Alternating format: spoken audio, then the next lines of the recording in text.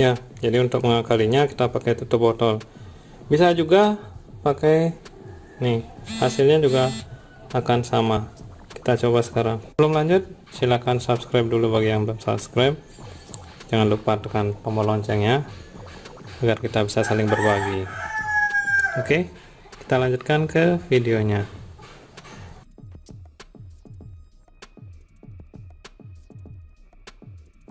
Jadi ini sampai penuh 5 mili.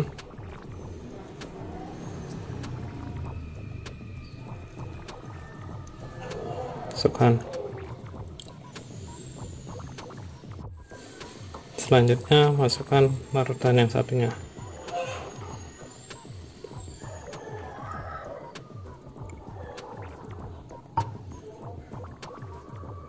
Jangan lupa diaduk ya, aduknya pakai pipet.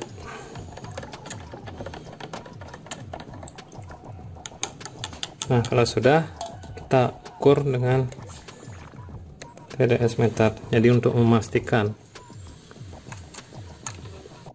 jadi setelah diukur, kita hold.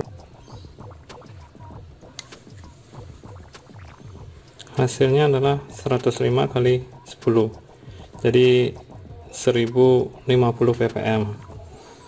Kita bisa menggunakan sendok obat ataupun tutup dari air mineral. Jadi ini salah satu cara untuk menyiasatinya jika tidak memiliki TDS meter ini. Oke, selamat mencoba. Jangan lupa like, comment, dan subscribe bagi teman-teman yang belum. Kemudian tekan tombol loncengnya. Jika ada hal-hal yang ingin didiskusikan, silahkan komen di bawah. Bye bye, sampai jumpa. Salam hidroponik. Ya, hampir lupa.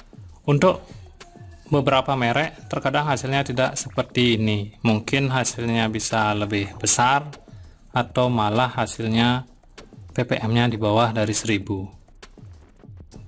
Jadi terkadang tergantung dari merek, kemudian dari kepekatan nutrisinya, itu akan menghasilkan hasil yang berbeda. Tapi daripada tidak ada sama sekali, ini bisa dijadikan sebagai acuan, paling tidak membantu teman-teman sekalian. Oke, silakan bereksperimen. Kemudian sampai jumpa di video berikutnya. Bye bye, sampai jumpa.